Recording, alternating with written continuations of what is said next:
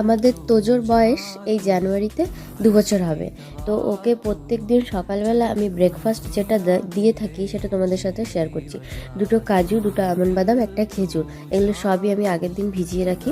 এগুলো সবগুলো আমি একটা ওই আদা ঝাঁনি দিয়ে ভালো করে ঝেড়ে নিই, তাহলে পরে ওর অসুবিধা হয় না। ও চিবি চিবি খায় না, মুখে দিলে ফেলে দেয়, তাই জন্য ওটা করে নিই। তারপরে ওটস দিই, 2 চামচ ওটস দুধের মধ্যে দিই, আর এগুলো সব দিয়ে তারপরে আমি এটাকে কিছুক্ষণ ফোটাই, তাহলে ওটসটাও সেদ্ধ হয়ে যায়, আর ওই যে খেজুরটা থাকে ওটাও একটু নরম হয়ে দুধের সাথে মিশে যায়।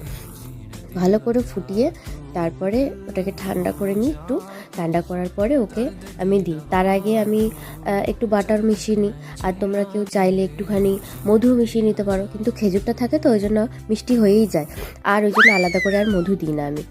আর খেয়েও নেয়, দেখতে খুব সুন্দর হয়, ক্ষীরের মতো দেখতে, খেতেও ভালো হয়, বাচ্চা খেয়েও নেয়।